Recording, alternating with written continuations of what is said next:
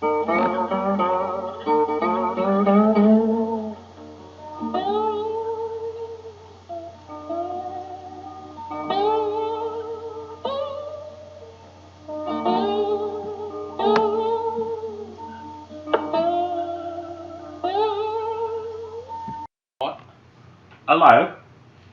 And hello to you too, Governor. Greetings from the Mirror Zone. My name is Bryce Skidmore.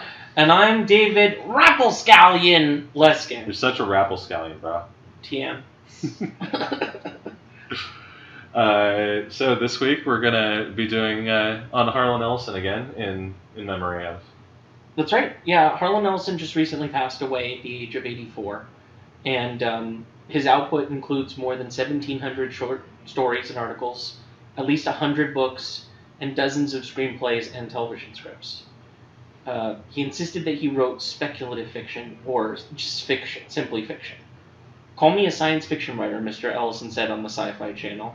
"I'll come to your house and I'll nail your pet's head to a coffee table. I'll hit you so hard your ancestors will die." Well, that's quite a response to being called a science fiction writer. It's especially funny because he's won a bunch of Nebulas. So it's just like, I'm not here to accept my award, I guess. Is he just grinding his teeth every time someone says science fiction? And he's like, I'm just here to get an award. It's good for my career. Yeah, probably. He's twiddling his thumbs. He's looking really angry. That'd be my guess, from what it sounded like. And we'll get into that a little bit more, because he's definitely a real character. Yeah. He, aside from the Nebulas, he's also won multiple Hugos and Edgars. He was particularly known for his screenplay of Star Trek, the original series, which was adapted into a beloved episode, The City on the Edge of Forever. I fucking love that episode. It's a really great episode. I think it's considered by a lot of people, especially in the industry, to be the best episode of Star Trek original series. I would definitely agree. Peak OG. Yeah. And both versions of the script won awards. So his original script won the 1968 Writers Guild Award for Best Episodic Drama in Television. And the shooting script for the episode won the 1968 Hugo Award for Best Dramatic Presentation. Well, that's awesome. That also kind of reminds me of like when we did Paladin the Lost Hour, how like his Twilight Zone episode went up for the Writers Guild Award also. Yeah, it's for Best Anthology. That's just the best one-off episode. Right, and that's one of the great things about a lot of these writers that we've talked about is like they came up with these really great ideas that were then adapted into screenplays or different television movie projects, things like that. Man, there were so many great TV shows to write for back in the 80s. I know, and pretty much everyone got a piece of, like, all you had to do was get on an episode of, like, the rebooted Twilight Zone or, like, Outer Limits or something, and it's just, like, the gateway to every other TV show. It's at one point I think we should do an episode on this, like, or, like, just do, like, a mini-sode, but just on the episodes of the rebooted Twilight Zone that were written by, like, George R. R. Martin or other famous writers. Okay, I'm definitely down to do this. Stay tuned, future episode. I think that might be fun. I think so as well. And we'll, if you are listening to this and you want to go to one of our social media outlets, feel free to leave us any suggestions. Hell yeah, like us on Facebook, give us a positive review on SoundCloud and iTunes. It super helps us out. Yes. We'll be eternally grateful. Yeah, we're both on Twitter and Instagram too, so I'm that Byronic man. And I'm at Alfred Packer. Yeah. Shameless plug then. Yeah. Okay. Yeah. Thanks. Allow me my shameless plug. We gotta do it.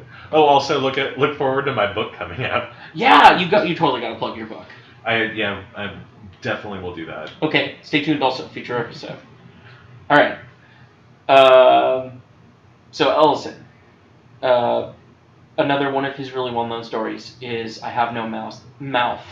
I have no mouse. I have no mouth, and I must scream. It's about an AI gone crazy, and it was adapted into a video game that he co-authored the expanded storyline of and wrote a lot of the game's dialogue on a mechanical typewriter, which is pretty great. Damn. I know, right? That's got to be in his clause in his contract somewhere. It's like it's going to be on a mechanical typewriter. No, and I'm sure that there were some nerds on that game where like people are just really into or speculative fiction. Yeah. And knew enough not to bring that up to Harlan Ellison, but then also had to like keep a straight face as he like came up in your office with like a stack full of typewritten pages, and it's like, here's for your video game. Yeah, some of the stories are pretty great. Like if you want to check out, if you Google Harlan Ellison and interview and I Have No Mouth and I Must Scream, there's a great section all about how he and a writer for Babylon 5 wrote this video game together, and how there's some really great stories about how Harlan liked to like distract other people who were supposed to force him to do work. So he asked this writer who his favorite graphic novel writer was, and he said Neil Gaiman, and so he was able to get Neil Gaiman on the phone and say, this dude wants to talk to you, and he would do this to prevent them from having to do any work. Which, like, that is the best distraction tactic ever, you gotta admit. It really is. Yeah, and like on top of all that, the nerdiness of the Babylon 5 and him writing on the typewriter, he also provided the voice of the AI in the game as well. I love that. Like, it's sort of that, like, I've seen it in like Pier Paolo Pasolini movies where it's like, or like Hitchcock movies where like the director will just like show up as someone within the universe who is also sort of crafting the universe. Right. It's like Stanley cameos, but like. So this in particular, if you check out some of the YouTube, we were both talking about the Let's Play of this game, but Harlan Ellison's voice screaming out things like, "You must sacrifice a villager to me!" is pretty amazing. He definitely had a good job for what he gave himself to do on that. And I mean, it's not the only adaptation either. I Have No Mouth and I Must Scream has also been adapted as a BBC radio show, which you can check out online as well. I love BBC radio shows. Right, like side note, BBC radio shows are amazing, and specifically their adaptations of works. Like, for me, top of the pile is any of Douglas Adams' adapted stuff for their radio shows. Hitchhiker's Guide stuff. What was it? I've even listened to some of the they've done Dirk Gently's, right? They definitely have, yes. Yeah. And there's really good recordings. They're currently doing, I don't know if you've seen Red Dwarf at all, the British BBC show. I've not. It's a sci-fi show that's very similar to John Carpenter's Dark Star. It's this sort of idea of a mining company going out into space, like the old setup for a ton of sci-fi things. But the character ends up going into deep freeze and being the last human being alive, and also he's an idiot. So these writers are now doing a current BBC radio show. They did of that as well, by the way. That's going on BBC. I can't remember the name of it, but it's Rob Grant and Doug Naylor are the two people. So if you Google them in BBC Radio and any of the other projects we talked about, those are all really high recommendations. Nice. Yeah. Just as a last thing, you may have seen A Boy and His Dog, the film that was adapted from his short story about a telepathic dog and a boy's fight for survival in an apocalyptic future. Sold. Yeah, right? Like, I'm just seeing Philip J. Fry shut up and take my money. Yeah, it's definitely one of those. So, I mean, that's some of his output, just in terms of background. He was born May 27th, 1934, to a Jewish family in Cleveland, Ohio. He would often run away from home and have a wide range of jobs, including tuna fisherman off the coast of Galveston, itinerant crop picker down in New Orleans, hired gun for a wealthy, neurotic nitroglycerin truck driver in North Carolina. There may have been a comma before that nitroglycerin truck driver. So, hired gun for a wealthy, neurotic, comma, nitroglycerin truck driver in North Carolina. Yeah. Doesn't make it any less awesome. No, it does not. And it's like, straight up, this is like reminding me of just like who else's life is this? Like, right? That's how you end up writing science fiction. You just like get so many slices of life that you just literally, you've seen such crazy stuff. Yeah. And it's like, you got a well-rounded experience like this. It's like, I feel like he and William S. Burroughs would have gotten along really well. Oh, they definitely would have gotten along. And like, we should also definitely do an episode linking Burroughs and other science fiction authors as well. That's a separate thing too. No, totally. Because it's like, that's the weird thing about Burroughs is that he did write a lot of science fiction. He really did. We just talk about Naked Lunch for some reason. And Yeah, and Naked Lunch is also an episode to do at some point. We should watch that. God, the Cronenbergs. Yeah, all the Cronenbergs. Let's see. Okay, so this is pretty great. Ellison attended Ohio State University for 18 months from 1951 to 53 before being expelled. He said the expulsion was for hitting a professor who had denigrated his writing ability. And over the next 20 or so years, he sent that professor a copy of every story he ever published. That is dropping mics for years. Just over and over again. I'm out. Oh, I'm sorry, I can't write. Just sold another one. Oh, I'm sorry, I can't write. There you go, bitch. Dude, I'm pretty sure every time that professor got anything from him, he's just kind of flinching a little bit when he opens it. Yeah, like Ellison's fist is going to come out of the book with some kind of monstrous pop-up. Which actually is funny, because I think that's a story that Ellison would write. A killer pop-up book. It definitely sounds like Ellison's MO, for sure. Any other relevant points? Yeah. So, he served in the U.S. Army from 57 to 59, and he moved to California in 62, where he wrote for many TV shows, including The Outer Limits, The Man from U.N.C.L.E., and The Alfred Hitchcock Hour. Speaking of Hitchcock. Holy shit. Yeah. Connections. Yeah. Ellison was hired as a writer for Walt Disney Studios, but was fired on his first day after Roy Disney overheard him in the studio commissary joking about making a pornographic animated film featuring Mickey and Minnie Mouse. Yes! Which, better movie. Also, there's a part of me that wonders, I'm like, did you get hired at Disney just to have that be your firing? It sounds like him too. He's like got his note cards ready. He's just like looking in the mirror and he's practicing. He's just like, Mickey fucking Minnie, get it right. And Roy walks in and he's just, his smile just all the way up his face. I like to think that he had multiple note cards and it was like, that was just the one that finally got him fired, where he's just like, I'm just gonna run through all the most offensive things I can say at Disney. I'm so excited here at Disney. Here are my ideas. Oh god, no. Oh god, no! It's a trap! Ellison served as a creative consultant on the 1980s version of The Twilight Zone. Past episode, with our Paladin episode. Paladin, The Lost Hour, yeah. Yep. So he might have been involved in that. We'd have to go back and look and check and see how extensive his involvement was. But he also was a creative consultant for Babylon 5 and did voices for Babylon 5 and Pirates of Dark Water. In October 2017, Peace and Wired dubbed him sci-fi's most controversial figure. And here's one of the reasons why. As part of a dispute about fulfillment of a contract, he once sent 213 bricks to a publisher, postage due, followed by a dead gopher via fourth-class mail. The greatest insult ever. You know what? It's weird, now that you say that, it makes this story make a lot more sense. Oh, right? I think he might be the Harlequin. He might. Oh my god. Yeah. It does make you think that a little bit. And speaking of, we should get into... I'm just going to give a little behind the scenes of the Harlequin story. Please. It's got a non-linear narrative, beginning with middle, going to the beginning, and then ending with flashbacks. And it first appeared in the science fiction magazine Galaxy in December 1965. Won the Hugo in 66, the 65 Nebula, and the 2015 Prometheus Hall of Fame Award. The story has been translated into numerous foreign languages and is one of the most reprinted stories in the English language. Nice. Yeah. Repent Harlequin said the Tic-Tockman was written in 1965 in a single 6-hour session as a submission to a Milfer's writing workshop the following day.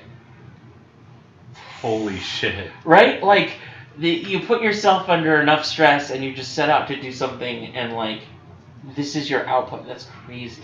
Now, it's also one of my favorite things about, really strangely, the kind of work that the science fiction creates. Or, like, that this atmosphere in science fiction created, where it's like, I think we had, like, with All You Zombies, like, Heinlein knocked that out in a day. Like, and it's one of those things, like, you gotta get this work out, like, to get paid. And it's like, they used to pay, but it's like, that's... It does. It drives the fire, but then at the same time, you have these sort of crystallizing stories where you're just like, this surpasses whatever purpose you wrote it for. This is just like tapping into something amazing. And actually, and it's really weird now that you say that, because it's like this story really does make me feel like definitely someone under pressure wrote it. It does. It has a sort of an anxious fire to it a little bit. Like, it does feel hurried at points. It does sort of feel like the story is whisking past you faster than you can possibly read it at times. And I guess that is a partial explanation for that. Just as a final note, this might be made into a movie soon. Who optioned it? Okay, so as of 2014, Ellison had granted an option directly to J. Michael Straczynski, writer on Babylon 5. Sense8, the Thor movie, the film adaptation of World War Z, a whole bunch of comic books, on and on and on. And even though it hasn't really been talked about a lot since 2014, IMDb still shows it as being in development. And Straczynski talked about it a little bit, so it sounds like it's still in the pipeline. Nice. Yeah, and so Ellison had not granted anyone else the option to write this. Man, Ellison had like a great relationship with Babylon 5, didn't he? It sounds like he did. Like, the amount of involvement that he had in Babylon 5, well, here's what it led to. He only allowed the option after, and that's even with their involvement together on Babylon 5. Straczynski delivered a finished screenplay to him personally. He would not let him option the thing until he wrote a full screenplay. That's brilliant. I wish more writers would do that. I mean, wow. You can't really do that anymore, but like, no, you that's can't. Kind of awesome. So Peter Jackson and Guillermo del Toro have been approached to direct. So double head explosion. Oh my god. So I mean, I think that's a pretty good introduction to the story. So you want to get into the summary? I would love to, yeah. Great. So, our title is "Repent, Harlequin," said the Tic-Tock Man, and it's a very interesting story. I can kind of get why Ellison likes to think of himself more as a speculative fiction writer as opposed to a science fiction writer, because it starts off in sort of this just city, and it's like futuristic. Everything runs on time. Like basically, your life is reckoned in the hours that you owe and spend. So you have to be on time, because when you're late, you cause other people to be late, and they will actually dock time from your life. So it's almost like Repo Man a little, where it's like... It's very much like Repo Man. Yeah, no, it's like either, you use your time constructively or you give it up, like Right. this deal. So basically society becomes this very well-oiled machine. Enter the Harlequin. Everyone, by the way, there are only 2 characters in this story, for real. 3 maybe with Alice, but we don't know who she really is. Exactly. And it's like, it's really... So anyways, the Harlequin shows up, and he's sort of this archetypal clown. He dresses all crazy, he goes out and does crazy things, tries to make people laugh, and is mostly just inconvenient at people. But we find out in the beginning of the story that he's kind of like a legend. He was like the first one to like take a stand in this society where like your time can be reclaimed from you, and so yeah, it's about this guy, the Harlequin, and the way that he fucked up. So the Harlequin decides that he is going to protest this society by taking a bunch of jelly beans and throwing them like into the sidewalks, because I guess they're like automated sidewalks, so it's like people are just going about their day. Transport gets ruined because he decides to chuck in a bunch of jelly beans, and it causes... Can we just say specifically $150,000 worth of jelly beans? And they counted it. They did. No, and it's like someone had to count what this what this clown did. He just threw all these fucking things. He gummed up the works. He caused everything to slow to a halt for 7 minutes. And that sort of ran on. It compounds. Everybody ends up having to do extra work because of that 7 minutes. Exactly. Everybody who was 7 minutes late has been thrown off in this really crazy system, and it's like, as a result, the powers that be begin paying attention to the Harlequin, and the greatest of the powers that be is a masked man who sits in a government agency office, and he is called the Tic-Tock Man. Pretty sinister. And he is sort of described as being very beyond, he almost kind of sounds like a supervillain. In fact, there's a lot of aspects of the story that seems like supervillain. You do not call him the Tic-Tock Man to his face. You whisper that in hushed tones behind his back. No, exactly. And he's also, I love that bit. And he's also the one that decides to take your life. Like, if you have wasted so much time in so much of everyone else's time, he actually will decide if your time has come, if you finally spent all your time. So he's the sort of like extra step in this like really fucked up society. Right. The machine now at this point mostly runs itself, but when it runs off the rails, he's what is sent in to fix that. Exactly. And he is like, bring me this dude. So the Harlequin gets brought in, looking ridiculous, being funny, and so the Harlequin gets brought in, and he's just like, repent, Harlequin. Said the Tic-Tock Man. It's an actual line from the story. It is a quote. And the Harlequin's just like, no, probably not. He already knew what was going to happen, and he's like, either kill me or don't. Yeah. And it's he gets sent back. He does get sent back out, right? Or he does. He does get sent back out after what they do to him. Yeah. But no, there's like, between the Harlequin being interrogated by the Tic-Tock Man, you also have like these really interesting interlaced bits where it'll be like sort of this flow of sentence, this like really weird stream of consciousness where like the world around you is described and who's running late and who's on time. Oh, it's great. You really get a sense of like the human element, even though it's very quickly run through, of just like how people's lives are affected by being on time and how being off of time affects them as well. Yeah, and it also shows you like the Harlequin at home. He's got a wife named Alice, and they have a very taut relationship because he's in this world of order. He is an agent of chaos, so like he comes and goes whenever he can. Going to work for him means doing something crazy and weird just to try to make people smile in this horrible place. Right, and he's just like, I love that he's reflecting on that. He's like, yeah, I'm an agent of chaos, but like, why do I always say I'm going to be home on time to my girlfriend? I never am. Yeah. I'm never going to be. No, I love that bit where he's just like, oh, I'll be back at 10:30. And she's like, why do you say that? You're never back at 10:30. And then he's like leaving and he's like, why do I say that? Right? Like, can you imagine being stuck with this dude? Like, on the one hand, he's doing great things for society. On the other hand, I imagine the way she said it is just like, stop saying that. I hate it. No, and I think it's one of the things about the Harlequin that's very interesting to me is that sort of like he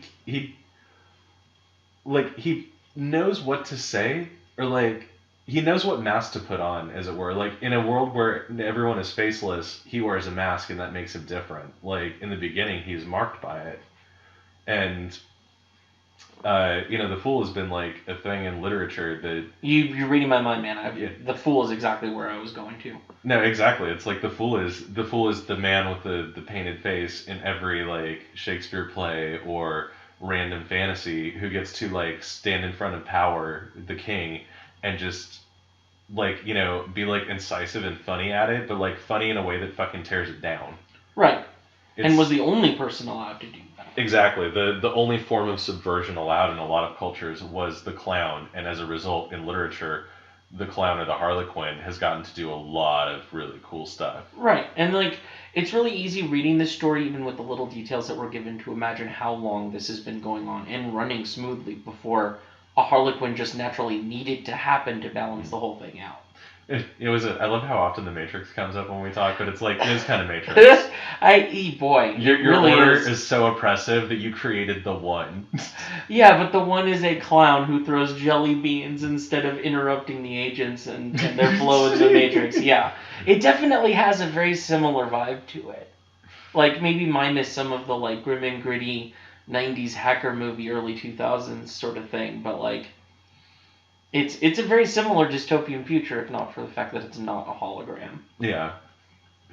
No, so, anyways, he goes out, it was so fucking amazing. How was it that he got caught? Right. If there was God damn it. It's just that they try so hard to catch him. They work really hard. There's like all these different passages where the Tic-Tock Man is talking to his henchmen, and he's describing how like they have pieces of evidence about him, but it's meaningless compared to the real man.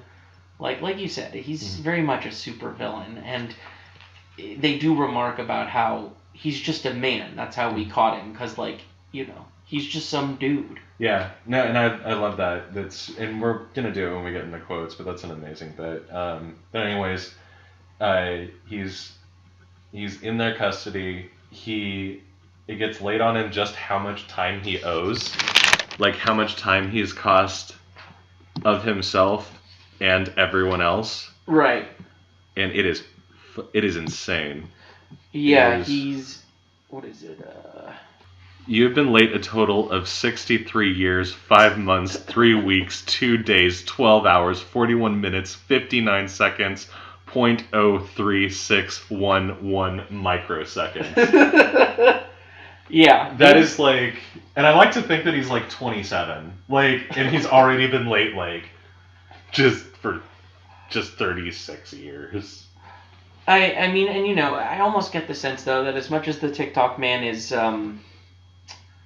he's being accurate about that, I think he might also be fudging some of those numbers by taking into account how much time he's wasted, how much he's pissed off everybody. Exactly, and it's fun too because the Harlequin doesn't give a fuck. He doesn't give a fuck at all. No, he's 69.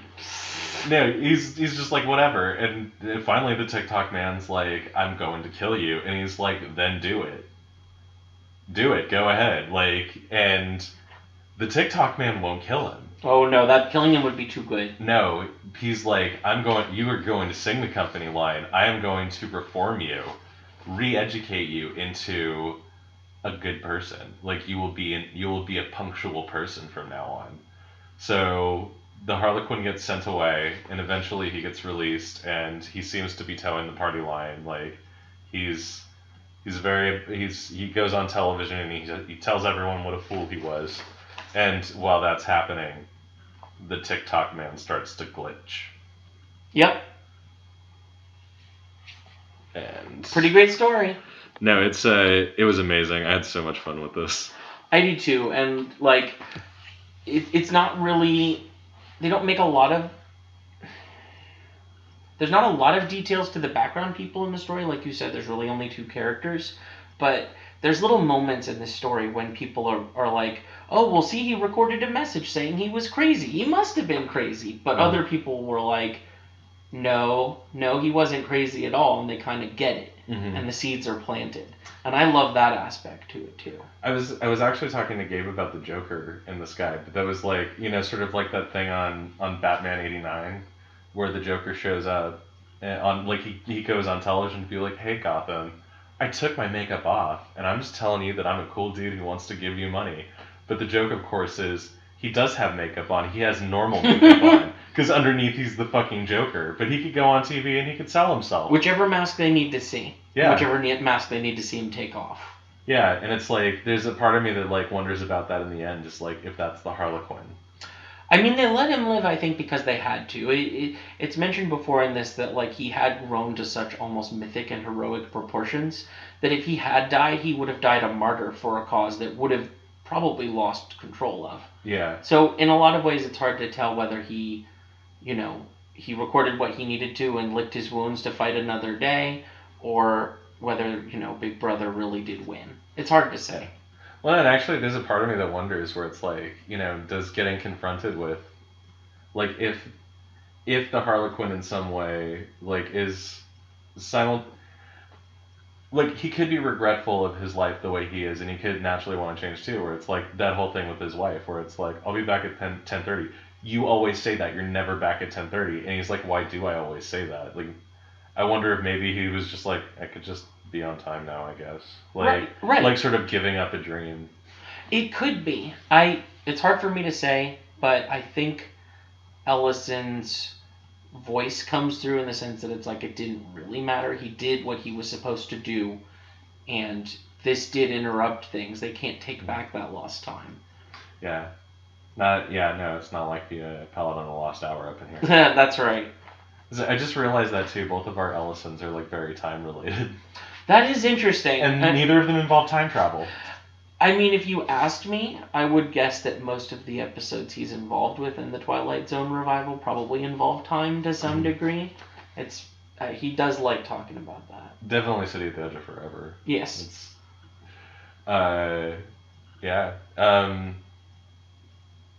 No, this is, and it's a thing now that's kind of strange for me that I'm thinking about, just parallels between this and Paladin and the Lost Hour, where, and you remember, I think we were talking, like, the most subversive thing about that story was the characters within it were not just, like, real characters, like, you felt them being very real, but, like, how obscure they were. Like, right, it's the least people you would expect to be in their positions. Yeah, it's the Paladin of the Lost Hour, but he's like an old homeless man, and his wife, and it's like, you know, who's a woman that only he remembers now, and like now only Billy Canetta remembers. So like, there's this transference that happens of like the memories of the small people. Right. And I feel like that's kind of weird in this because it's. Did this come before or after? This is 65, and I don't know. Paladin of the Lost Hour was 86. So, yes. So this was first, but it's so interesting. So it might be a kind of evolution, but it's like the thing that I thought was interesting about this is the Harlequin is just like, and the Tic-Tock Man, because he wears a mask, these are roles that you can inhabit. Yes, I love this, and like definitely for science fiction short story writers, the idea of people sort of being able to be slotted into these roles, but also just have come from being a normal person roots. Some of my favorite running themes. No, it's really weird because it's like there's parts I really like this too because it's like even though these characters are like archetypes, like they're two men behind these masks that are supposed to be playing with this cosmic truth, but there are times in my life where I look at the Harlequin and I get it. Like there's this one line where it was like, you know, he was on his way out to be late, where it's like I can't explain quite how, but I've done that. Oh yes. And you know one other great thing I've definitely identified with is this idea of like doing crazy things that would, you know, it's not necessarily permanent, but it changes things. Having actually the real ripples in the pool effect be felt by people because of you. I'm sure that's like a normal human drive as well that's very identifiable in that. Yeah, no, and it's really interesting through chaos specifically. Well, no, and it actually kind of works out because it's like I'm a person that believes in this like in a form of balance. I think most of us do, where it's like but I definitely err on the side of chaos. I feel like I'm a more chaotic being than most, but it's like that's why we need ordered people. Right. But I think that's a thing where it's like, you know, the Harlequin can disrupt the system so hard. Yes. And just by like making you late a minute, but the thing that's funny is like it's not always the worst thing in the world being late. It's not. I get that it's annoying to some people, but... Right, but you know, it's funny, like, what about the positive aspects of being late, like being fashionably late? Yeah. I know that that's both used normally and ironically, but, like, it's true. Nobody wants to be the first person to the party. No. You know what I mean? And, like, there's a lot of other examples with time, you know, when you're late and you know you're supposed to be going somewhere, but you see something awesome and you kind of take the second to smell the flowers. Yeah. This society in this story is extremely out of balance. It is. There's no chaos. Everything's preordained for the most part. Well, no, and actually, and this is a thing that's like the kind of, and it's weird. I need to look it up again, but it was a David Foster Wallace speech. I think it may have been an essay that he like would recite, but like it was this interesting take on like being stuck behind someone in the market. And the thing about that is like we've all had that moment where it's like, and I'm not gonna lie to you, I am this like I work in a bar, I get off work really late at night, and I gotta stop by a store to get something to eat. So I'm in the back of a very long line with one cashier, and I'm like, I just want to buy something to make when I get home. Right. And I'm like behind all of these people, and I'm just like, why isn't there another cashier? And I can't believe that this person is buying all this bullshit at like 1 in the morning. 50 coupons like, right now? Are you serious right now that you're doing this with me? You're paying pennies? Now you pull out your Cornstar voucher? Like, what are you doing? I've been there too. I know what you're talking about. No, and it's like, it's weird because David Foster Wallace is like, yeah, we're just people. Yes. We're just here, man. And it's like, and it's kind of weird because it's like, I'd stop to think about that now, and it's like, why do I have such negativity of people who are just trying to get their shit and get out and do a job like me? Well, they're not us. Like, You know what I mean? The natural instinct is like to be annoyed by things that personally inconvenience us. Mhm. And I think in a way that's kind of how this situation with this is just speculation. yeah, But the Tic-Tock Man is not something that's existed, it sounds like, this whole time. He's sort of an end of this whole scenario where they had to come up with that because society had finally gotten to this point. yeah, And you know, I think that it's why this might be considered speculative fiction, or why he wanted to consider it speculative fiction rather than science fiction, because he wanted us to see how close we are to this being a reality. Mhm. You know, it's definitely not right around the corner, but I think we get closer and closer to sort of feeling safer by everything being told to us by other people, how long our life is going to be, what our prospects are going to be, all that sort of stuff. There's an inherent level of comfort to it. And the people in this scenario, they got used to that. You know what I mean? Like, everybody who, when you get inconvenienced, it's life killing. You know what I mean? So everybody is looking out for themselves and making sure that they keep their heads down in this scenario, which is not that hard to see happening from when it was written. Yeah.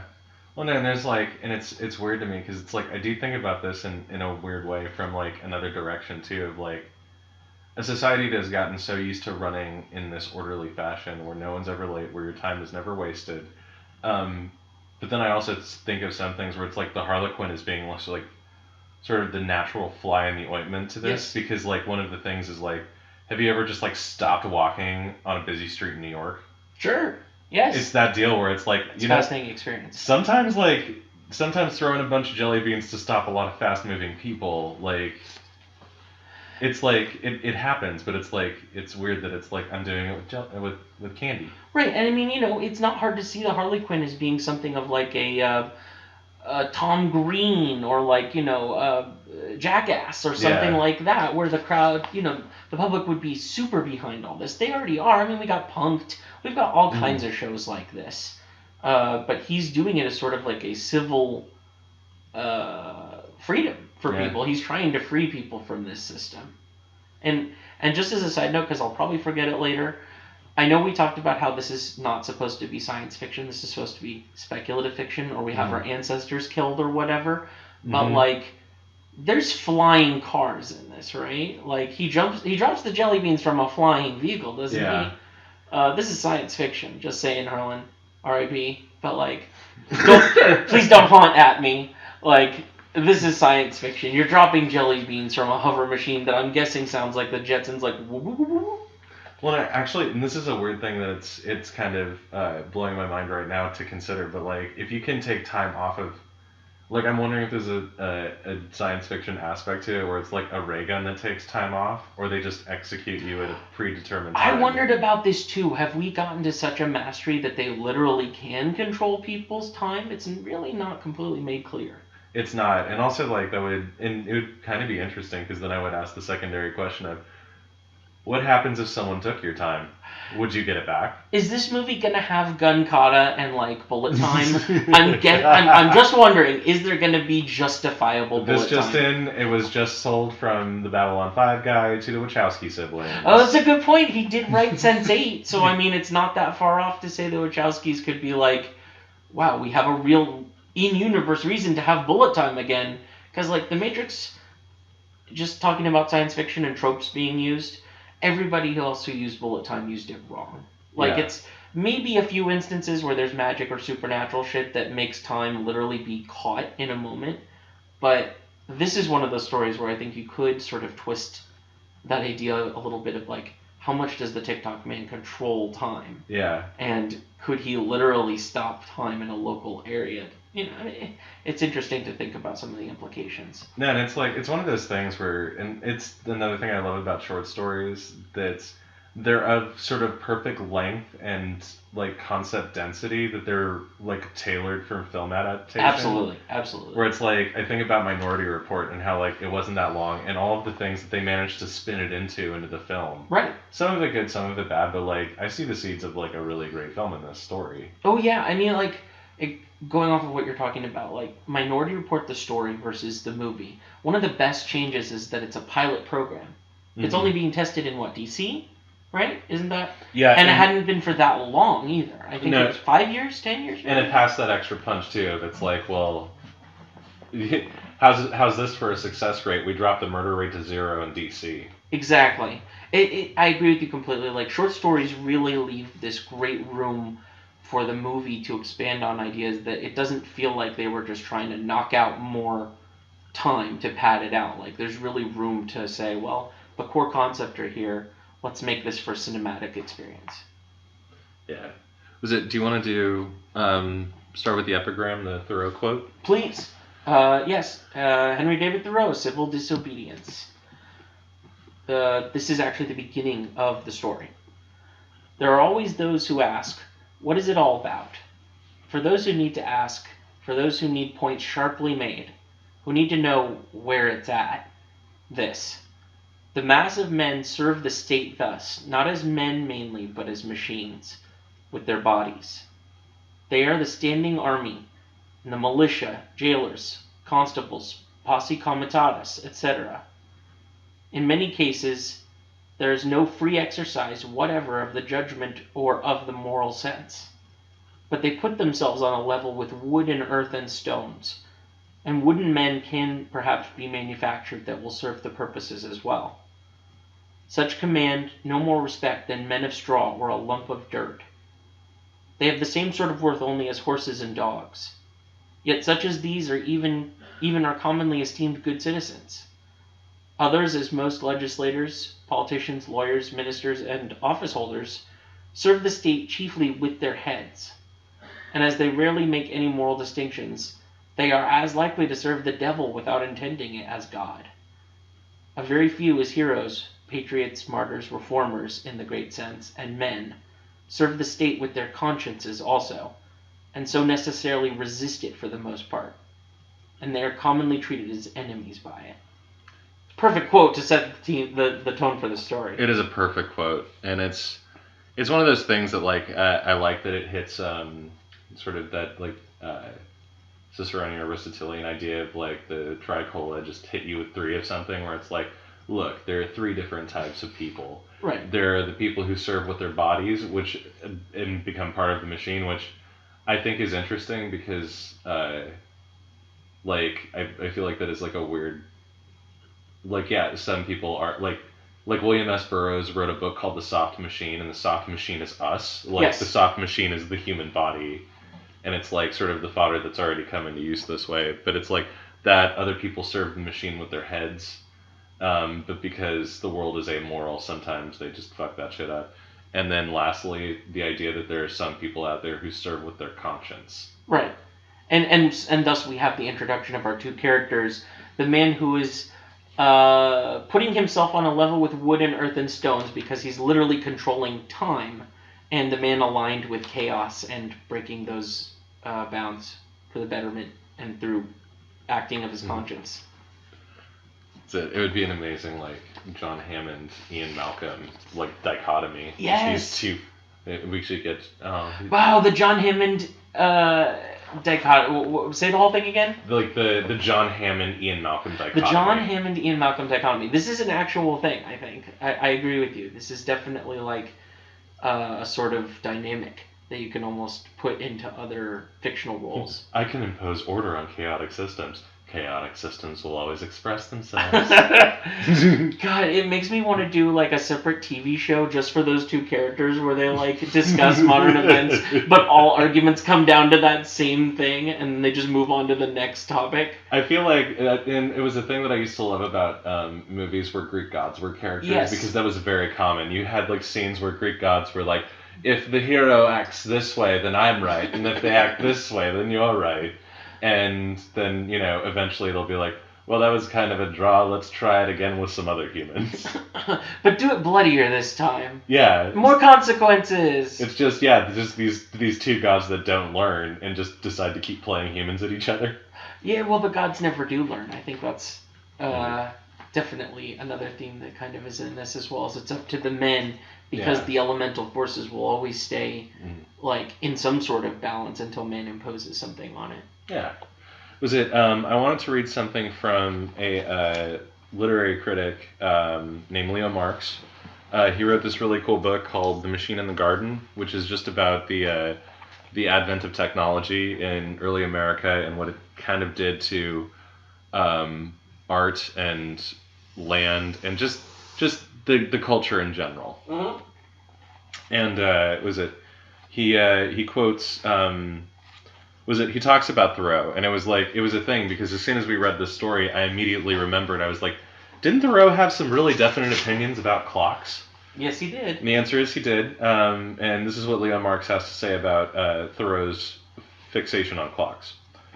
Quote, "The clock, favorite machine of the Enlightenment, is a master machine in Thoreau's model of the capitalist economy. Its function is decisive because it links the industrial apparatus with consciousness.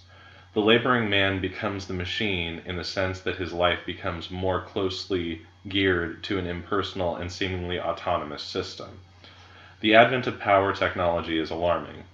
It is because it occurs within its cultural context. When Thoreau depicts the machine as it functions within the Concord environment, accordingly, it is an instrument of oppression. We do not ride upon the railroad, it rides upon us." Yeah, that's exactly what time is represented as in this story. Yeah, and it's like just that idea that and it's like I don't want to be like one of those like hippies, or we were talking about Trent from Daria earlier, where it's like I love that moment where it's like he walks into the kitchen and he's like, "I gotta get to practice at 7." And then Shane's like, "Trent, it's 9." He's like, "I better head out then." Yeah, exactly. And that's why I think living in this future would be so frustrating because, like we talked about, there's so many great personal moments that come from being able to be late. Yeah. No, and it's like, sometimes, damn it takes me as long as it needs to take. Because it's like, that's one of the things where it's like, the Harlequin is out there because he's the dude who's taking your time. Right. And what's funny is, he may inconvenience you, but he also puts on a mask and tries to make you smile. He's also entertainment. Entertainment makes us late. It also gives you jelly beans and, gives you an excuse to not have the only thing you do be your job. Right. And it's like, I like that, and I think it's interesting that, he starts this quote with Thoreau, who has these very definite opinions on, the merging of the body into sort of the economic machine. And in this one, it's literally we become sort of like cogs in this clock that runs all the time, and the Tic-Tock Man's the dude. This is a step further from what we were talking about with time connecting the industrial to, the man, that kind of thing. It's like, that's already happened so far and for so long that at this point, time is almost an extension. That, as they said, the time is ticking us. We're not watching the time tick. Exactly. Yeah, so... I had a page 2 quote. Did you want to do anything before that? Let me see. There's a little bit of a description about the Tic-Tock Man. I have a page 1 quote. Okay, go for it. So this is just about, this is just sort of the lore that begins it, where we talk about, there was a man called the Tic-Tock Man. Yes. But, quote, "That is the heart of it. Now begin in the middle, and later learn the beginning. The end will take care of itself. But because it was the very world it was, the very world they had allowed it to become, for months his activities did not come to the alarmed attention of the ones who kept the machine functioning smoothly." All in caps. All in caps. The ones who poured the very best butter over the cams and mainsprings of the culture. It's a pretty great quote. Yeah. I every time I read that, it's just like, it sticks out so much. It sets the tone almost as much as the Thoreau quote does. Mm-hmm. And it's, let me see, what was yours again? It's about the Tic-Tock Man himself. Very much over 6 feet. I think I go after that, maybe. Okay. So, the description of the Tic-Tock Man, also known as the Master Timekeeper. The Tic-Tock Man, very much over 6 feet tall, often silent, a soft purring man when things went time-wise, The Tic-Tock Man. Even in the cubicles of the hierarchy, where fear was generated, seldom suffered, he was called the Tic-Tock Man. But no one called him that to his mask. You don't call a man a hated name, not when that man behind his mask is capable of revoking the minutes, the hours, the days and nights, the years of your life. He was called the master timekeeper to his mask. It was safer that way. Dude. Yeah, so we got set up for the supervillain right there. Like, he controls every single second and every aspect of your life. You do not piss this dude off. No, it's that kind of reminds me of I can't remember the characters from Neil Gaiman's Neverwhere, but it was the two dudes who were like the badass ones, and I think it said in the book that they called them by the names that they called each other because no one dared call them anything else. Exactly. It's like, how do you know he's, I can't remember what it is, but it's like Mr. Andrews. It's like, because the other guy calls him Mr. Andrews, and I won't call him anything else. I'm too afraid to. But no, that's also, I love that it's, as long as everything went Time's way. As long as everything went Time's way, but when it didn't, in the cubicles of the hierarchy, fear was generated. Like, this is a toxic work environment. This is definitely a toxic work environment. Toxic work environment. Like, I'm sure the benefits are pretty great, but, like, you cannot fuck up a single thing. You are basically a robot in this building. Yeah. No, yeah, as long as you are where you need to be. Which, at any given point, the Master Timekeeper knows exactly what that should be. Yeah. So, like, I can't even imagine the job pressure for this kind of place. I mean, working in any job in this place must be awful, but specifically working for the Tic-Tock Man, it's gotta be... Oh, dude, drains your soul. Worst fear boner ever. It's like, I used to work for Goldman Sachs, and I would rather. The good old days of Goldman Sachs. But then, because it was the very world it was, and they had no way to predict he would happen, possibly of strain or disease long defunct, now, suddenly, reborn in a system where immunity had been forgotten, had lapsed, he had been allowed to become too real. Now he had form and substance.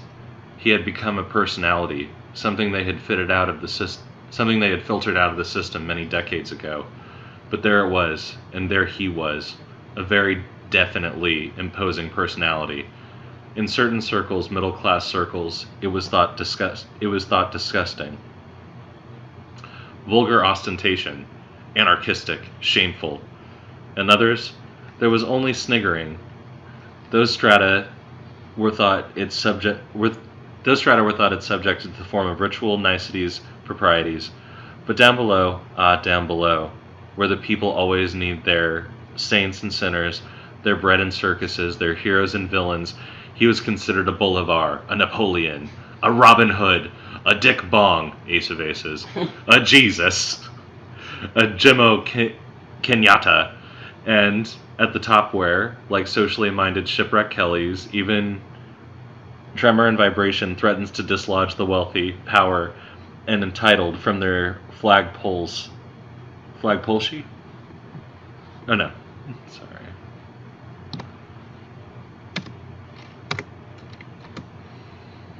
Tremor and what was it? Like socially attuned shipwreck Kellys, even tremor and vibration threatens to dislodge the wealthy, powerful, entitled from their flagpoles. He was considered a menace, a heretic, a rebel, a disgrace, a peril. He was known down the line to the very heart-meat core, but the important reactions were high above and far below. At the very top, at the very bottom. So his file was turned over, along with his time card and his cardio plate, to the office of the Tic-Tock Man.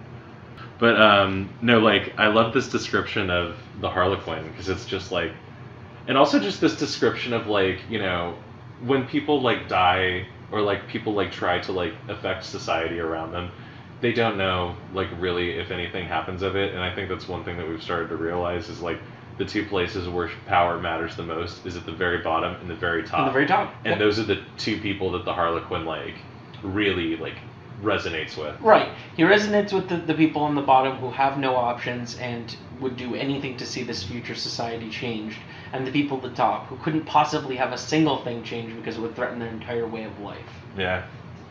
Yeah, I really like this quote too, and like, on top of all of that, there's just like, you get a real sense of how he's gone beyond, being this dude who's late to coming home every night, and has turned into, like a Joker or V for Vendetta, or, just like the Matrix quotes, the Matrix we were talking about before, the same thing. He's what happens when society doesn't adjust itself often enough and starts to become, they sort of let this thing happen again to themselves.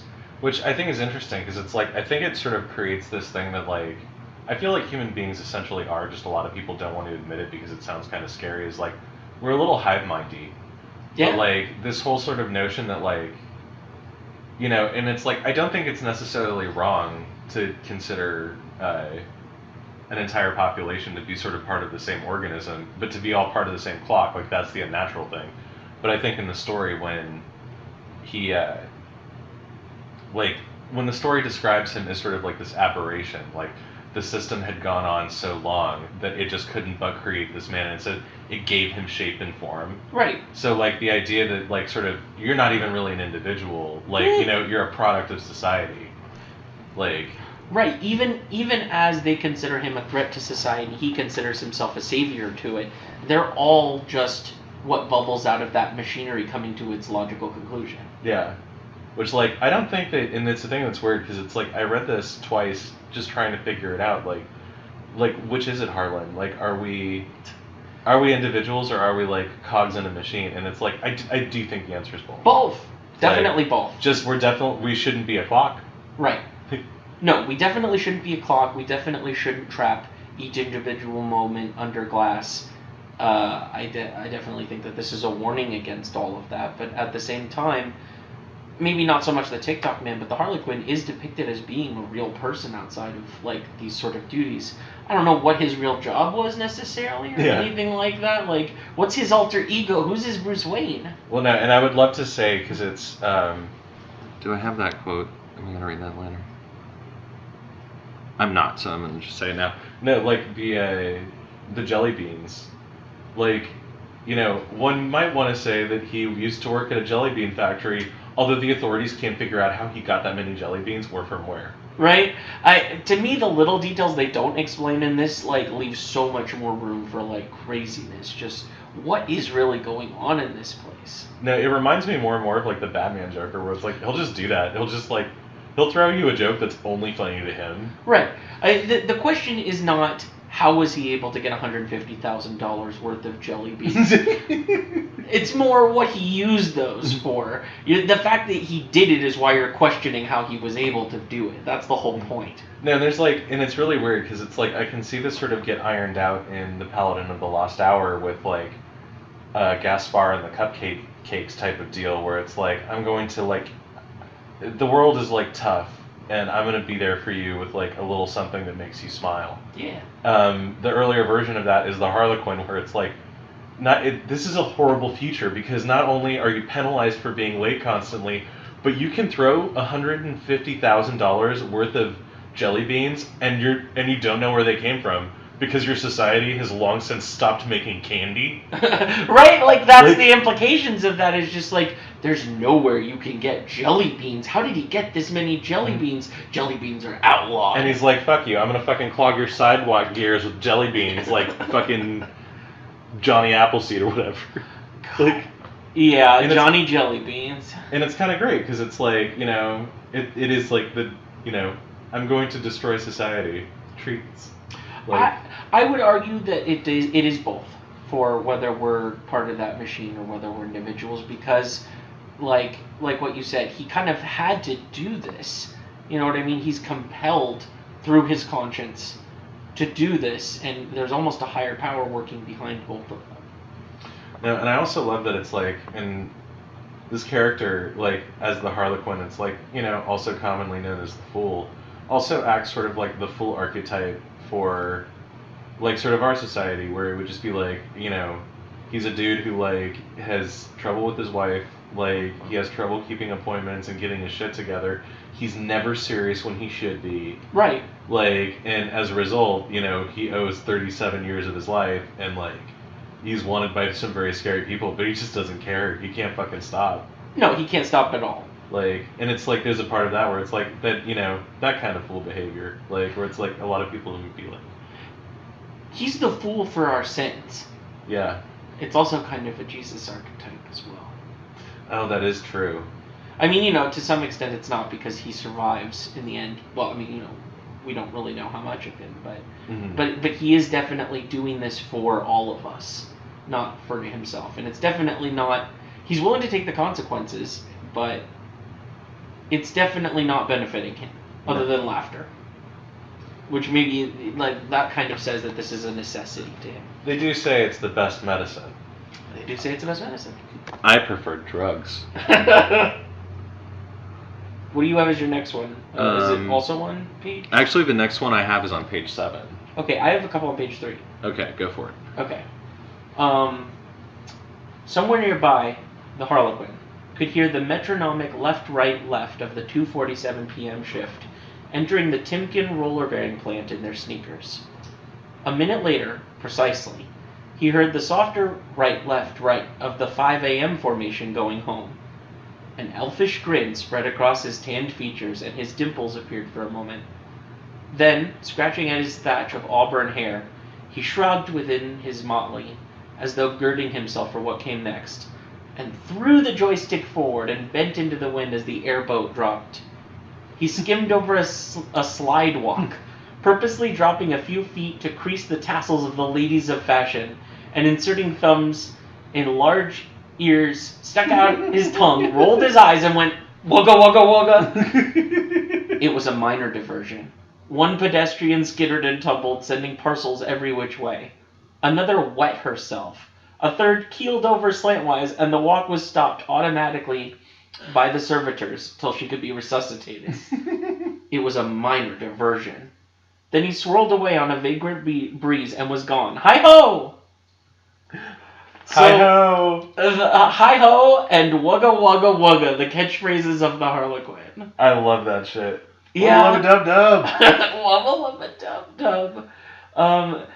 Was it? I also love that those are like those reactions to comedy where it's, and there actually was a part of me that's like when I read that bit where it's like, and sent a woman with parcels over, so it's like, oh, you made her late, like a little bit, you know, that's the minor diversion. But it's like one of those things where it's like, one of them stops to laugh, the other one actually gets knocked out of place. Right.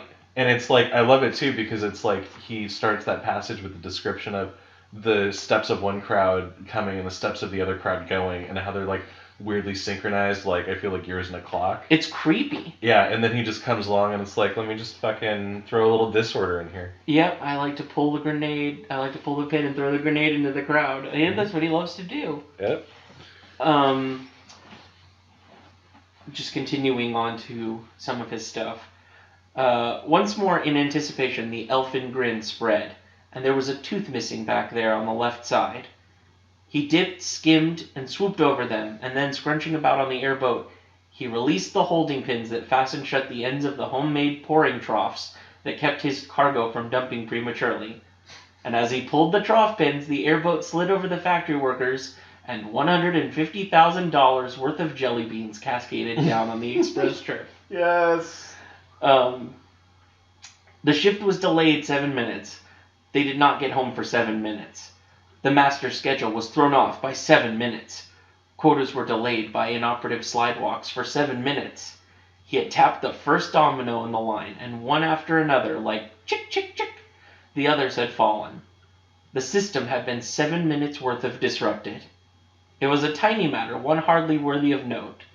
But in a society where the single driving force was order and unity and promptness and clock-like precision and attention to the clock, reverence of the gods of the passage of time, it was a disaster of major importance. I love that so much. And I think that the bit where it's like, it kind of unsettles me how like scary it is a little bit, but like just that, oh, it's hardly worth mentioning, except it was obsessively mentioned multiple times in like the 3 sentences before where it's like, the system was delayed 7 minutes. I know, I love it. It's so frantic. Minutes. Yeah. You don't get it. You don't get it. It was 7 minutes worth of disrupted.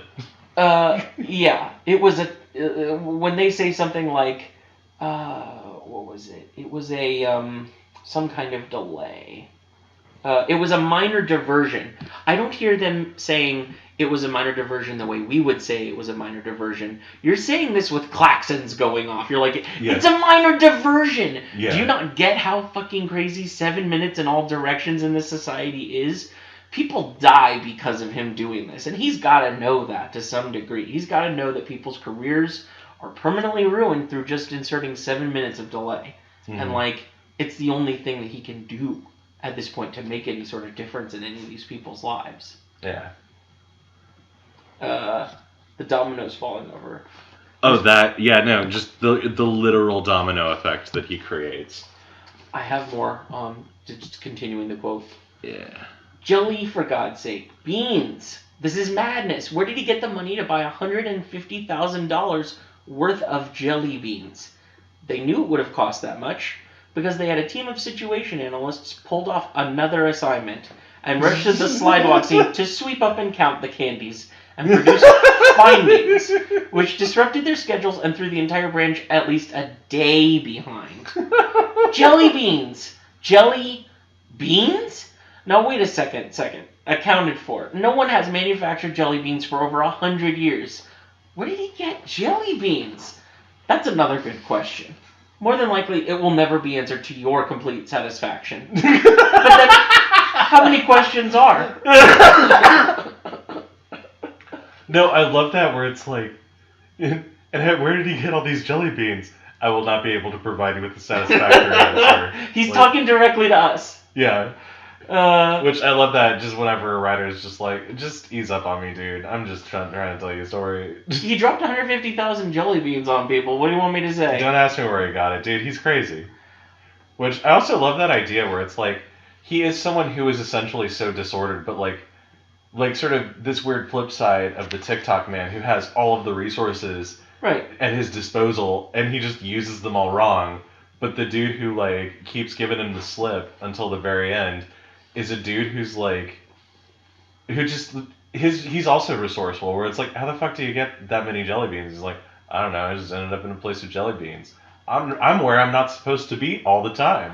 Yeah, how does he do this? He's on an air skiff, and he has a homemade pouring trough that keeps his cargo from dumping prematurely. Like, how did he set all of this up? And still he's late all the time. Here's why he's late all the time. He's crafting master plans to disrupt society. He's almost like Wile E. Coyote. He's like everything's the Acme bomb. Yeah. So he was ordered to appear before the Tic-Tock Man. It was broadcast across every channel of the communications web. He was ordered to be there at 7, damn it, on time.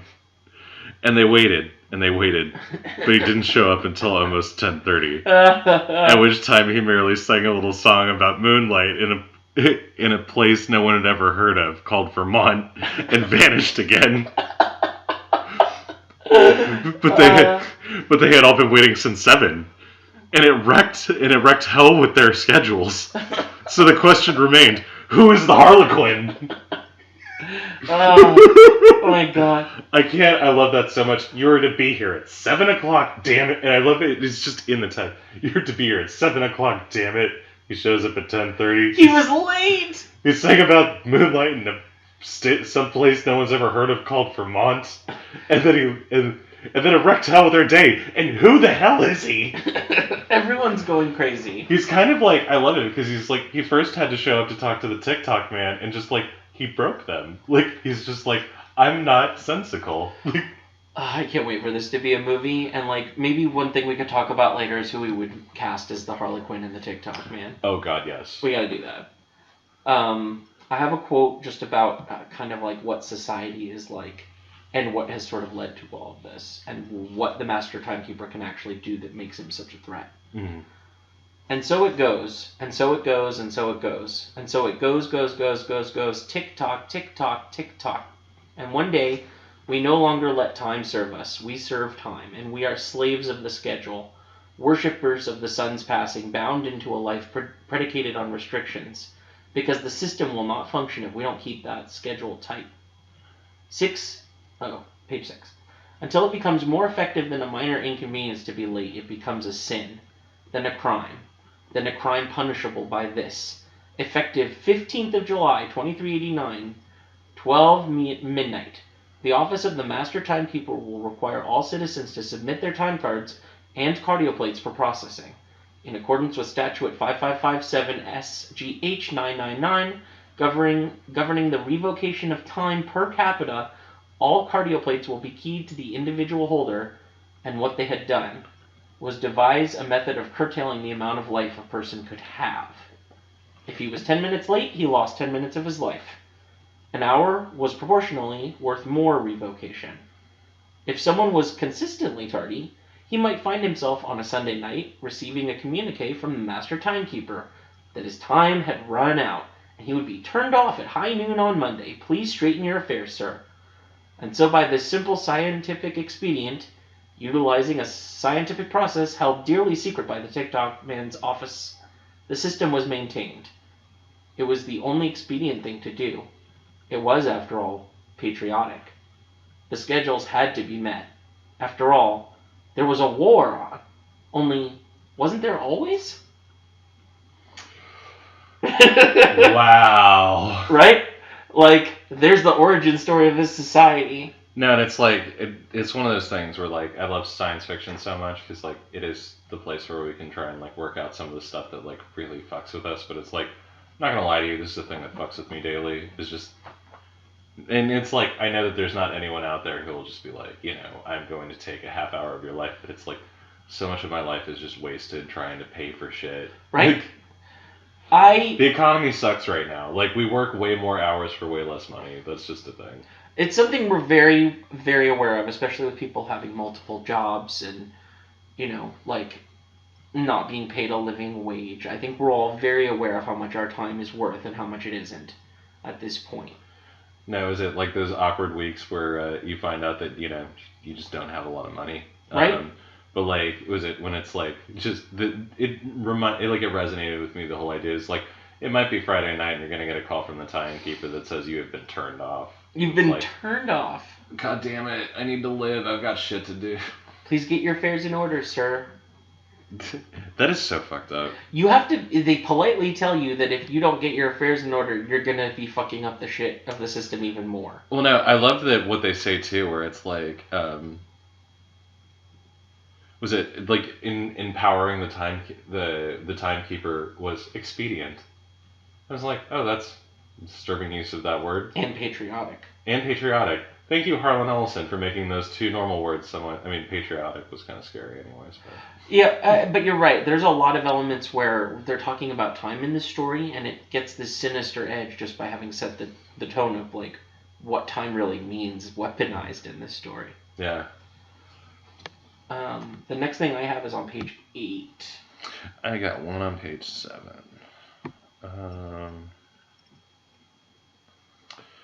Yeah, so this is after we get like a look at the Harlequin and his life, like his home life. Mm-hmm. He's got a wife named Alice who, I mean, things are rough for them because her husband's a clown. Yep. And she just has to deal with that. She just has to deal with the fact that her husband is this agent of chaos. Right, like, it's not a big deal to her, though. Like, yeah. It's not like she's well, I was going to say Harlequin from the Joker, but, like, yeah. It's literally like, she married this dude, and he's like, by the way, you married me for both the good times and the bad times, and also I'm a clown chaos agent, you know? And she's just like, what did I marry into? No, serious, and it's great. But I love this bit because it's like, this also was a little real for me. But the Harlequin stalked out, slamming the door, which side shut softly and locked itself.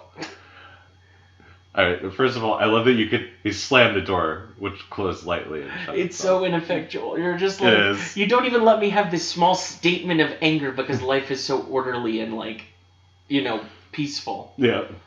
There was a gentle knock, and Alice got up with an exhalation of exasperated breath and opened the door. He stood there. I'll be back at 10:30, okay? She pulled a rueful face. Why do you tell me that? Why? You know you'll be late. You know it. You're always late. So why do you tell me these dumb things? She closed the door. On the other side, the Harlequin nodded to himself. She's right. She's always right. I'll be late. I'm always late. Why do I tell her these dumb things? He shrugged again and went off to be late once more.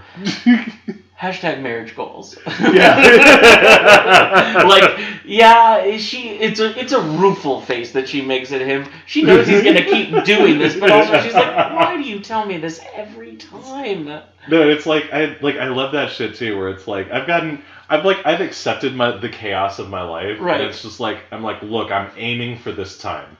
I never tell people like when exactly I'm going to be somewhere because I don't quite know when. Right. But that's like a thing about it that I find hilarious, where it's like they had just had an argument. He didn't have to say anything. He left. He didn't have to say anything. He tries to slam the door, but it just lightly closes. So he knocks on his own door, and his wife opens it, and he's like, "I'll be back at 10:30," and she's just like, "Why?" Like, it's almost spiteful. You could have left without lying. Like, you could have just. You're not just. You could have just walked away. Why? I love that. His reaction to is, she's right. Do you think he is actually a clown as his regular job? I think so. I think because it says under his motley, so like that's what they would call like right. The things that came out. So it's like, yeah, I picture in my life or like in my mind like a guy just going around dressed like a jester. Yeah, God, of course they would never think to just check with a clown. Nobody would be stupid enough to have their superhero alter ego also be their day job. I'm just trying to make us money, Alice. You've cost us $150,000 in gummy in jelly beans. Yeah, that's the other question I have about this. Like, is he some sort of like sexy escort clown? Because if he's gonna be back by 10:30 and lie about that, like, what sort of clowning is he doing past 7:00 at night? Like, I really want to know. I do too. But I don't think we'll ever be found out to our satisfaction. All right. I have my next one's page 9. How about you? You got any on 8? Yes, I do. This is sort of like his manifesto to the public at large. This is his V on TV speech. Exactly. Why let them order you about? Why let them tell you to hurry and scurry like ants or maggots? Take your time. Saunter a while. Enjoy the sunshine. Enjoy the breeze. Let life carry you at your own pace. Don't be slaves of time. It's a hell of a way to die. Slowly, by degrees. Down with the Tic-Tock Man. Yes. Yeah.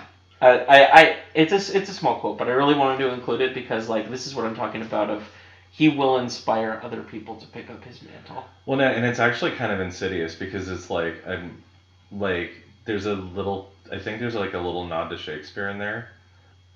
Well, no, it's a hell of a way to die, slowly by degrees. By degrees, yes. And there's a line that Iago has in Othello where he's like, "What wound did ever heal but by degrees?" Yep. Like, so it's like there's kind of a little thing where it's like you're kind of wink, wink, wink, wink. Little chaos agent-y right now. Which, I mean, it's totally overt, and I love that too, where it's like those were always the places where I was the least happy working, where it was like the people who would point to a clock and just be like, "You're late," and it's like.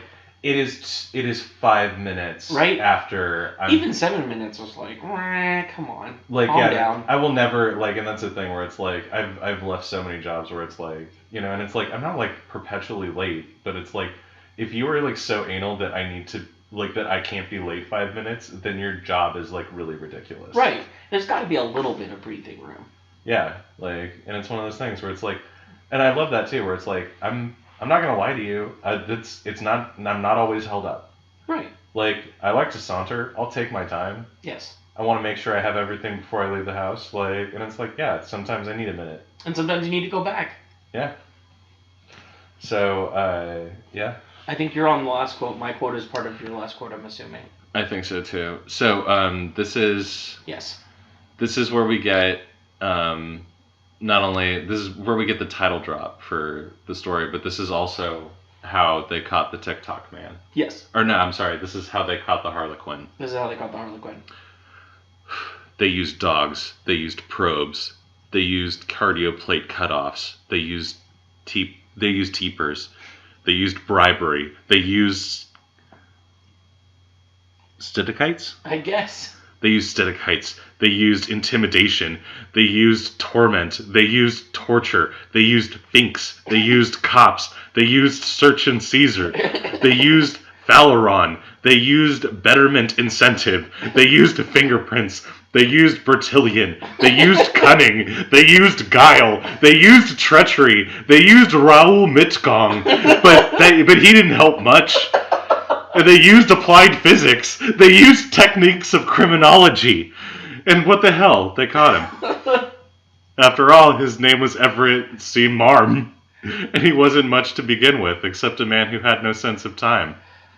Everett C. Marn. He was The most Bruce.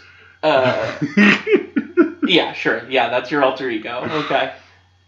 No, it's, yeah. They had to use all of that shit to find him, and they finally just found him, because he's just some dude. Well, no, and it's also, like, interesting to me, because it's, like, it also reminds me of the scene where it's, like, the Harlequin can reap such chaos because people have, like, no sense of appropriate measure in this universe, where it's, like, we had to pull an entire team of regulars off their day to count jelly beans on the side of the road. And it's, like, you didn't think that was beneath you? That wasn't worth your time, right? And that, like, paying these people to do this is ridiculous, and that there's better way. Like, you're blaming him for wasting 7 minutes when you've just wasted all of these people's time, right? And it's like with this, yeah, they used everything, and I love how extensive this list is. It reminds me of like Gaspar when he just lists all the things he's responsible for. Right? Like, this is what's so great. Everyone is so used to never having to do conflict resolution that, like, they honestly don't have the imagination or the experience to do what should be obvious to just catch this dude. So, like, I'm not even sure some of these things that he lists are real. Mm-hmm. Like, I'm pretty sure some of these things are not. I have no idea what a Faleron is. I don't know what every fifth word is, and I think that's on purpose. I think this is a list joke. Well, no, and it's funny to me, too, because it's like, in the middle, they'll use things that are, like, very real. It's like, they use search and seizure. They use search and seizure? Oh, we're familiar with that here. They used applied physics? I love that they used a guy named Raoul Mitgong. Who is Raoul Mitgong? But he didn't help much. It was like, okay, first of all, what did he do? What did he help with? The much is the thing that fucks with me in that, but then also, like, yeah, who is he? Like, right, like, they're talking to the Tic-Tock Man, and they're like, we used this and this and this, and he's like, well, did you check with Raoul Mitgong? And they're like, shit. Of course, why don't we check with Raoul Mitgong? And it's like... and they did. And it's like, and what the hell, they caught him. After all, he was a man. And it's like, and that just blows my mind, because it's like, I'm sorry, that's so many things to use. We used torture. We used terror. Guile, bribery, everything. And it's like, just to catch that dude, you worked too hard. You played yourself. And I feel like that's kind of the joke. He's making them prove their point. Yeah, I feel like the Harlequin is just like, then fucking kill me or stop talking to me, because I'm bored with this shit. If you can't handle a dude that's 2 hours late for a hearing and, like, drops a bunch of jelly beans on people, then you're not the society you're making yourself out to be. I love that moment we were talking about earlier where it was like, he fucked them all up by being a half hour early. That was great, too. Well, they assumed he would be late. It's like, and I've also been that guy. Like, I've been the one that's there first, and I'm like, how am I the one here first?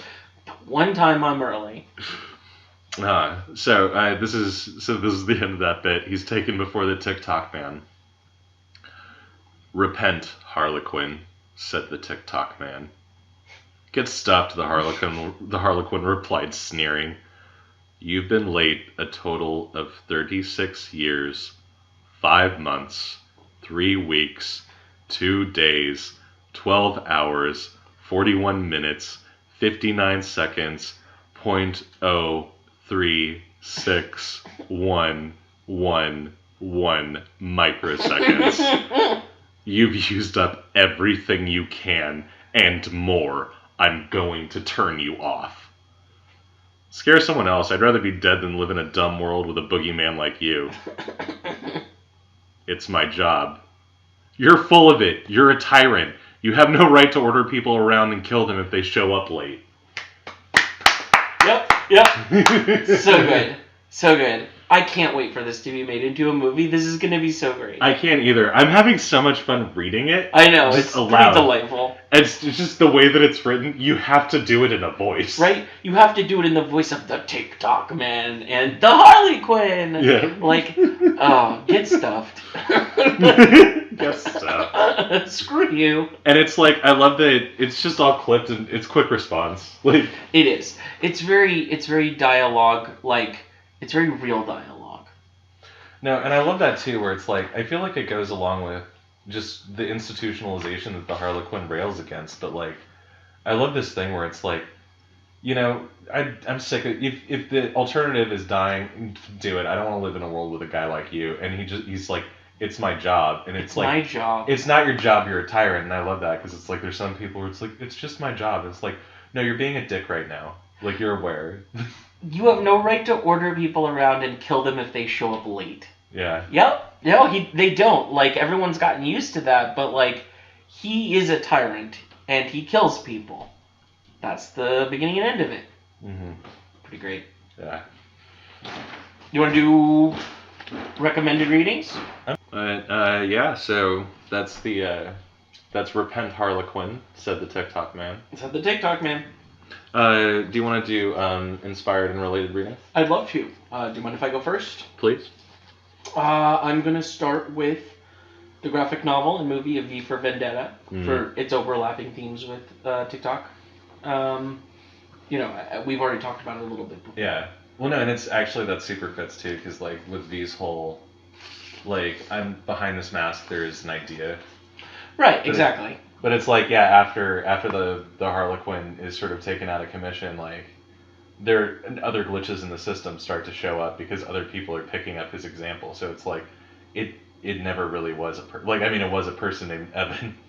Yeah, but Everett C. Marm definitely was just a dude. But yeah, no, it's like, that kind of reminds me of the end of V for Vendetta, where like all of London starts putting on the V masks. But yeah, that was exactly the same feeling I sort of got, was like what you said. He's bigger, the idea of him is bigger at this point than the actual man, and like even after he repented, everybody knows that what he stood for was real. And most people know that he was being forced through 1984 methods to say what they wanted him to say. Exactly.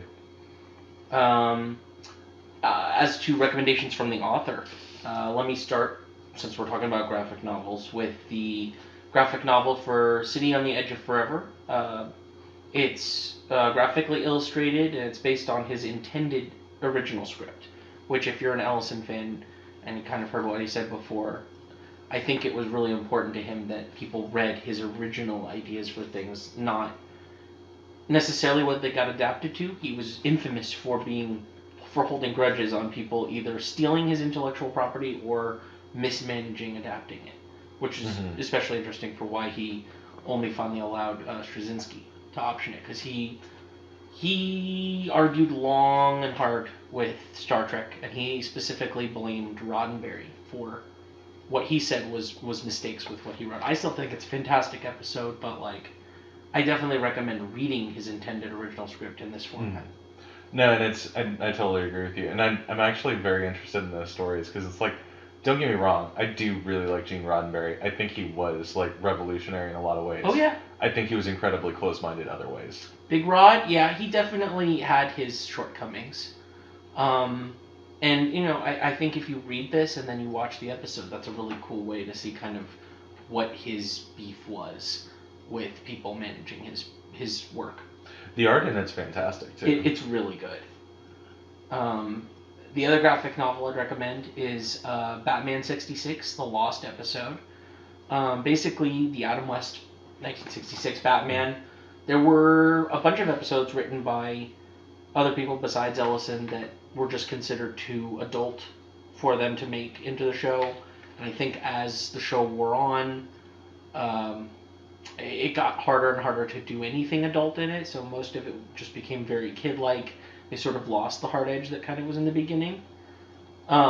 Just to give you an example of how hard-edged he wanted this to be, Clint Eastwood was supposed to play Harvey Two-Face in his script.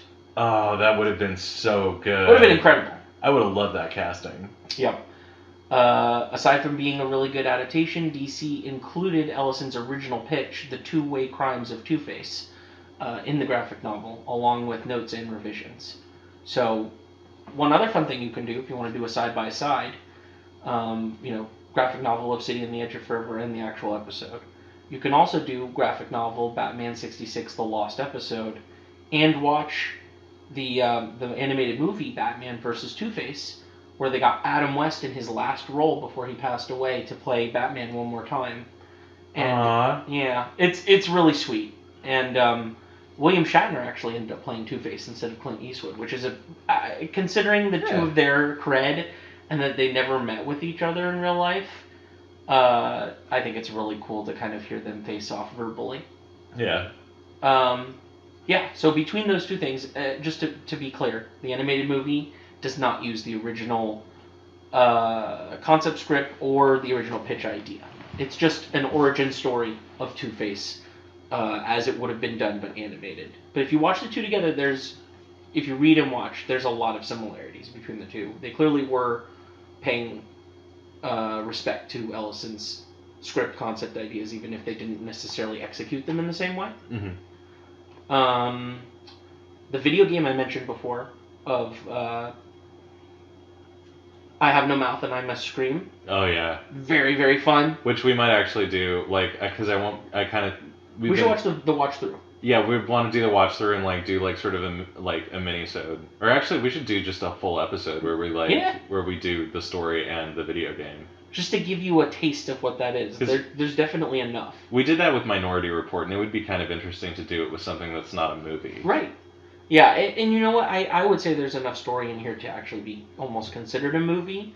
There's 5 different characters. In the short story, they're not really given a lot of detail.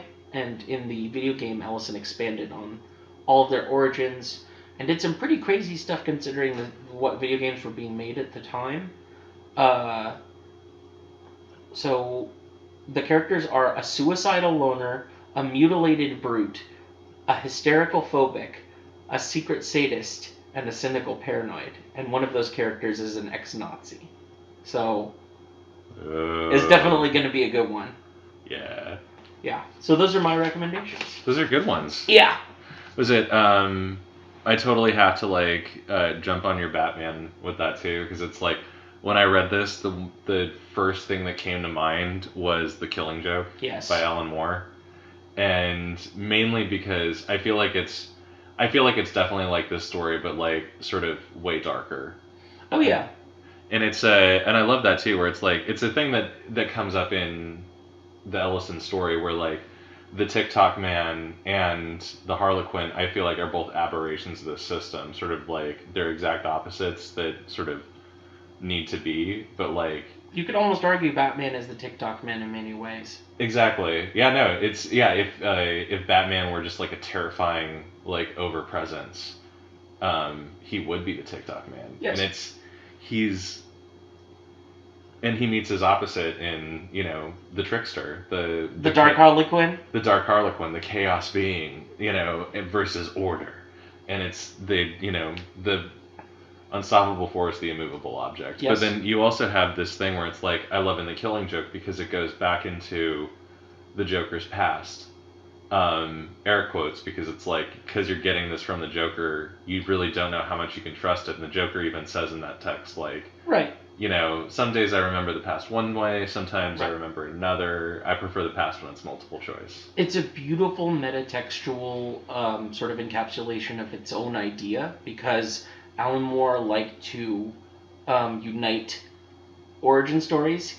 You know, he and a lot of other comic writers who did sort of the revisionist comic book take, they loved the idea of reconciling all origin stories and saying that they all could have happened because it's your imagination anyway. Mm-hmm. So I love the idea of him being like, Joker is such an embodiment of chaos that even the way he remembers his own origin story is completely unreliable. Exactly. No, and he's just that way. Like, and I feel like there's one bit in particular that really harkens to this. Like, and I feel like Alan Moore definitely read this. When he wrote that, because there's a lot of scenes of the Joker before he's the Joker, right? And he's just a struggling comedian who no one thinks is funny, and he's got this wife who's pregnant, like, and he's gotta provide for the family, but it's like this thing where, like, the whole, well, are you gonna go out and get a real job, like, you know, which is like, we have that scene with the Harlequin where it's like, I am picturing him in just like full clown garb, and his wife's just like, you're gonna go out again, aren't you? You're just gonna go clown it up. And he's like, yeah. Yeah, I kind of have to. It's my thing. And, with the Killing Joke, it ends up with the Joker becoming the ultimate chaos being in a horrific way, as where I feel like in the Harlequin becomes liberatory. Right. And by the way, sorry to horn in on your recommendations, That's but the Killing Joke is being adapted into its own movie with a different Joker than the one from Suicide Squad. Not Jared Leto. Yes.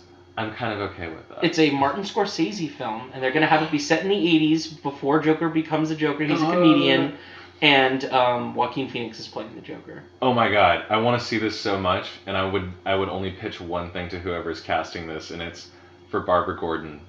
Get Barb from Stranger Things. Yes! Oh my god. Perfect I want casting. fucking Justice for Barb. We could put her on another Justice for Barb Another shirt. Justice for Barb shirt. Yep. Yeah, and you show Joker in the tourist shirt that says Justice for Barb. Oh my god, no, it'd be amazing. I want to turn that actress into like our next Jeffrey Dean Morgan. Like I want her to die in everything, and I want us to love her for it. Hollywood, get at us. She needs to join the illustrious ranks of him and Sean Bean. Like she needs to be a screen death person. Yes. Okay, I'm gonna start this petition. Marty, listen to us. He's a friend of the show. Friend of the show, Marty. Marty. He likes us to call him Marty. I got a couple more recommendations. Yeah. I'm gonna sort of lump these two together because they're both Philip K. Dick related. Yes. But definitely I feel like, and we've talked about this, where it's like, this bears a great deal of resemblance to Minority Report. Yes. And if you get a chance, you should go back and listen to our Check out our other episode for sure on Minority Report. We did. I had so much fun. We had so much fun doing that episode on Minority Report. It was great. Can I just say, maybe we'll read it in the cottage. No, not the cottage. That woman drowned by the cottage. By the cottage. And in addition to that, I haven't read this story, but like, after I read Repent Harlequin, I was like, this, like, what's that I feel like there's a movie that reminds me of this. And it was The Adjustment Bureau, if you've seen, which like... That's right. It's like an okay flick, but like the plot's very similar. It is. Yeah, it's like there are these people who live in this very... like, we go about our lives, but the thing is we're unaware that we're all acting in part of a master plan, and there are these people called the Adjustment Bureau who are there to make sure we get to where we're supposed to be on time, until these two people fall in love and make their own plan that's completely outside of what the Adjustment Bureau has in mind for the world. Yes. So there's this deal where it's like, personal freedom versus cog in the machine. And, can't the machine react organically to the organic matter that makes up the machine? Right. And it shouldn't have surprised me at all, but it's based on a Philip K. Dick story. Yeah, that makes sense. And now I really want to read it, because I know he doesn't have a lot of, like, good luck with adaptations. No. Like, I don't think I've ever seen a Philip K. Dick story where I'm like, that's totally the thing in the book. Maybe one. Like, what was the one with the police cop who did the drug? Oh, yeah. No, actually, that's probably the most faithful adaptation. The one faithful adaptation. A Scanner Darkly. That was a Richard Linklater film, and it was so good. Yeah, the perfect person to put on that, by the way. Yeah, Keanu Reeves fucking killed it. Oh, yes. God, I love that movie. But you're making me... I'm going to have to read this story as well now, because, like, I am interested to see based on... I've seen a lot of other Philip K. Dick, quote-unquote, adaptation movies. It'd be interesting to see the differences. No, I also loved, like... Maybe we should do an Adjustment Bureau one, because I had a lot of fun with the Minority Report one, because, like, I hadn't read Minority Report before we did it, so I'd seen the movie, and then I was stunned when I read the story, because I'm like, this is completely different. Okay, so we got to do that for sure. So yeah, those two, and my last recommend is actually a Hitchcock film. Nice. So, which, I didn't know this, that he wrote for the Alfred Hitchcock Hour. That's right. So that just makes this a little bit more poignant and even wonderful better to me. But he did this, Hitchcock did this one film called The 39 Steps. And it was like way early in his career. This is before he left England to make films in Hollywood. So I think there's a good 4 or 5 films that like are just only British actors because he shot them in Pinewood Studios. Right. then he moved out here. But this movie is great because it takes place sort of just before the Allies get into the Second World War, and there's spying in it. Like there's this guy who shows up at this uh, like circus type deal. It's sort of like a sideshow. There's a man called Mr. Memory, and he shows up, and Mr. Memory, he's remembers everything that he's read, and you can just ask him any question and he'll answer you. And Mr. Memory is sort of like up there doing his thing, and this guy who's like just in town, like from Canada, he meets this woman who is like a she's a German spy. Yes. And kind of for the good guys, it's alluded to, but he invites her back to her place. She ends up getting murdered, and he gets framed for her murder. But before she dies, she reveals the people who are doing this are called the 39 Steps. Right. And so, as a result, our hero has to go on the run in like fashion of all Hitchcock movies, where he has to pretend to be different people to get in and out of different situations and prove his innocence. So it's all about putting on masks. It's all about pretending to be someone you're not to like get the appropriate response. And there's this one scene where like he just sort of rolls with the punches after he escapes from the police. He's like hiding his handcuffs like in his shirt, and he gets picked up by these people who are like, "Oh, are you the person who's here to speak?" And he's like, "Oh yeah." And he goes in and delivers this like stirring political rally literally about nothing. And like everyone's super into it. They're gonna vote for the party. But it reminds me of the Tic-Tock Man and the Harlequin a great deal, because like I feel like these stories are about taking on and putting off identities, and like at the end when everyone decides they're going to be a little late. And it sounds like the organization, the 39 Steps, is similar to the people at the top who make things run, the people who pour the butter on the cogs. Yeah. In Harlequin. No, exactly. And it's like the one thing that ends it all in both of them is the one person who stands up and speaks. And it's sort of like weird because they deliver this rupture in sort of the form of a speech, because like, the Harlequin, when he's released, he delivers a speech about, "Oh, I'm a good boy now, I'm reformed." Right. And then the Tic-Tock Man breaks. Right. Like he can't really keep time anymore, and everyone else is like not keeping it anymore. So there's that, and at the end of the 39 Steps, like the only thing that he can do to really to catch the people involved is he ends up back in London, and he asks Mr. Memory what the 39 Steps are. And as soon as it becomes public knowledge on stage, like he gets shot and the thing ends. Of course. But it's like I love that moment of like, hey man, just tell the world what it's about. Like be defiant. I'm gonna have to check this movie out. It's a lot of fun. I love Hitchcock movies, but as do I. And before I forget, is that all your recommendations? That is. Was it the last one? I guess would be like The Machine in the Garden by Yes. Leo Marx. Quote from earlier, great book. But yeah, that's it for me. Do you want to do casting call? I would love to do casting call. Okay. So they haven't said who the actors are going to be for Tic-Tock and Harlequin, but we could come up with some of our own. For the Tic-Tock Man, I kind of wanted Michael. Is it Michael Shannon? Who's in Yeah, from the Fahrenheit 451. Yes. I think he and would he was be perfect. Zod, right? Yes, he was Zod. I think he would be perfect for the Tic-Tock Man. I was having a little trouble coming up with who should be the Harlequin. Somebody with maybe some manic energy, somebody who could almost pull off like a Jim Carrey kind of esque performance, but with a little bit of seriousness, like I guess modern Jim Carrey. Yeah, it's kind of hard because whoever plays the Harlequin would have to be good at slapstick. And the same way that Hugo Weaving had to wear the mask the whole movie, you would want a large portion of this movie to have the Harlequin be in full clown makeup. Absolutely, yeah. I kind of thought maybe Matt Smith might be interesting. Matt Smith would be really good. I think he could definitely do, or David Tennant if we're talking about Doctor Who actors. I think either of them could probably pull that off. And I think David Tennant could also be the Tic-Tock Man if we're trying to push him in any role. No, honestly, David Tennant could play either, and it's like, it's one of those things that's kind of weird. But there's this production I'd heard of Richard II, where like the actors who played the characters would go out on stage and flip a coin, and whoever won the coin toss would have to play Richard, and the other person would play the person who destroys Richard. Yes. So it's like this. I like the idea of sort of like an interchangeability, but like I love the idea of like.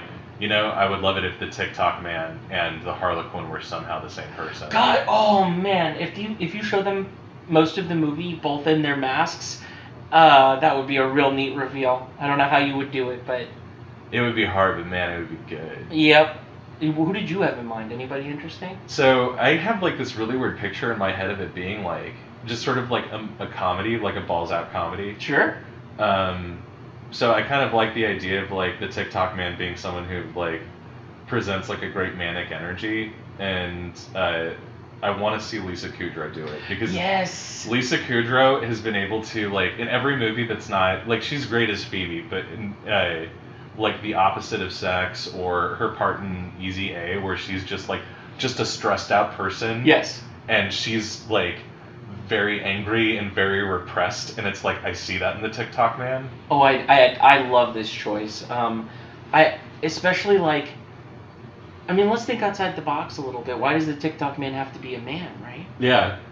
Which would make it, and no one's gonna call her that to her face. Right. So it kind of adds an extra dimension of it's like that's the Tic-Tock Man, but we can say that because she doesn't know we call her that.